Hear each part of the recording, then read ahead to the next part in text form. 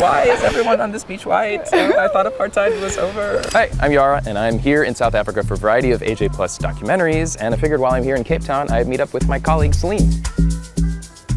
So I'm gonna go into this with like a clean slate, no preconceived notions, because I really want to hear from Céline like what's actually going on. I'm like gonna allow South Africa to take my brain's virginity. Oh, hi. Hi. Nice to meet you. Welcome. Thank you. This is a really nice neighborhood that we're in.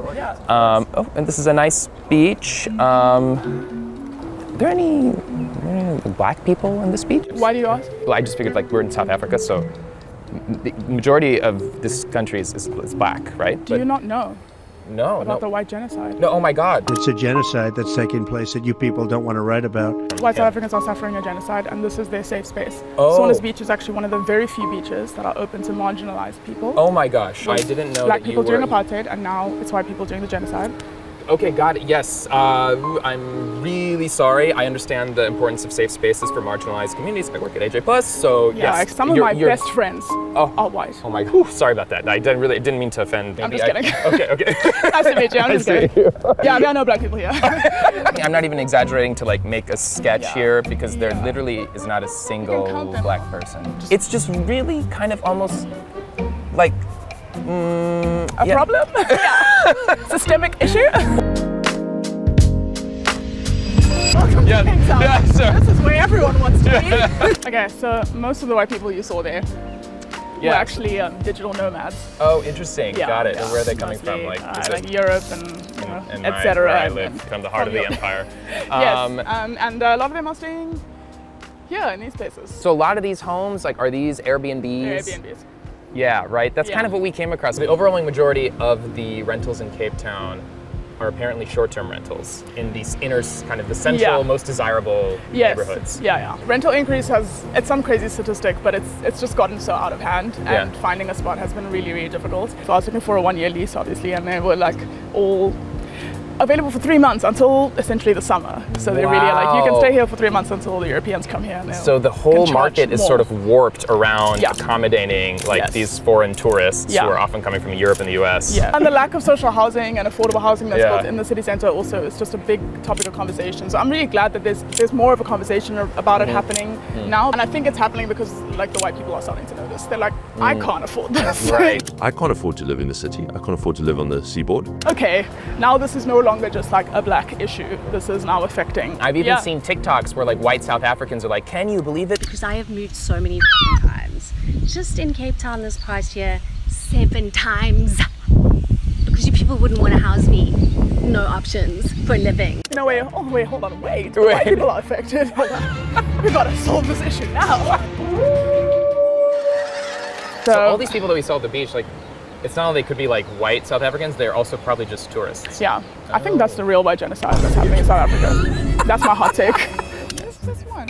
Where do you see? Oh, yes. Just arrived. Yes, okay. Wow. There's one person. Ah, it's like, where's Waldo? Hey, Yara, don't get any ideas. Oh.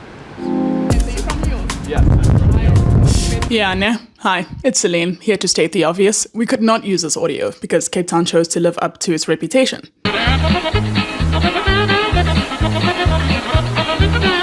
Even though we know who the real culprit is. The winds of socialism. I think that counts as being mad at us. But we're not going to let the imperialists win. Not today. So I will summarize.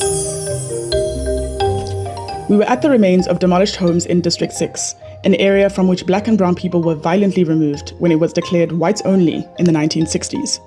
Here we chatted about our respective cities. I congratulated Yara on voting in a Cape Town guy. He expressed cautious optimism, and I complained about digital nomads, so, regular Tuesday chat for me. All of this bonding while being keenly aware of history repeating itself.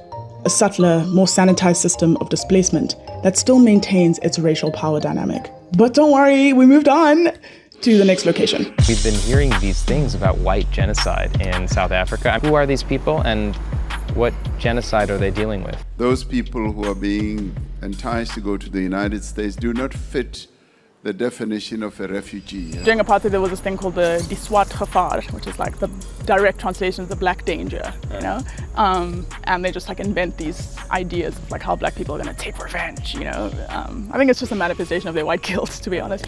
And then just like assume, and also racism, but they just assume that, we're trying to take things back and in the ways that they did, and that they took things from us. And it's not happening. Yeah, I was reading a piece, and it was like they looked at, I don't know, a dozen or so like farmers that had been killed, and I think only one of them was white, the rest were black or something. Yes. So sometimes the people who are like propaganda masters, Yeah. maybe they can pick and choose, cherry pick, and like construct a narrative. But with this one, I mean, you tell me, but it doesn't seem like there's even any cherries for you to pick. It's really, really not. Interestingly, there's a commonality here with, I'm seeing it very clearly with Donald Trump saying the quiet part out loud. Why are we having all these people from shithole countries come here? He then suggested that the United States should instead bring more people from countries like Norway. It's so clear what he's saying. It's the vilification of brown immigrants and black immigrants. And that is a similar thing, unfortunately, in South Africa, is that there is this xenophobia that only applies to African immigrants, that doesn't apply to West Europeans and all that stuff. Have you experienced anything, as a Congolese person here, Right. as a visibly black person? I'm curious, what's your experience been like? Yeah, I have experienced stuff online for sure. Yeah, we still have things like Operation Dudula, it's like a group that is trying to chase out, get rid of African immigrants because they associate them all with like drug dealers and. Oh wow. So I've experienced stuff. My family has experienced stuff for sure. My parents especially, I think it was definitely a lot tougher for them. But I think it is just really sad to see how global that is and how we're seeing that set on like such a big platform. The US is just a major player in the world. It is just worrying the kinds of people that he will embolden here, because it does affect us. I think Cape Town is a really nice city. Okay, careful. Don't look at it too long. Do I? Can I come back when again? When does your visa expire? When I are you would love to leaving come again? back again. Sure. For a limited amount of time. The worst thing to see on its Tinder bio is the white people who go on like township tours and they pose with like poor black people. Oh my God. I'm looking for a long-term commitment. Someone who responds to texts. Someone who likes to travel.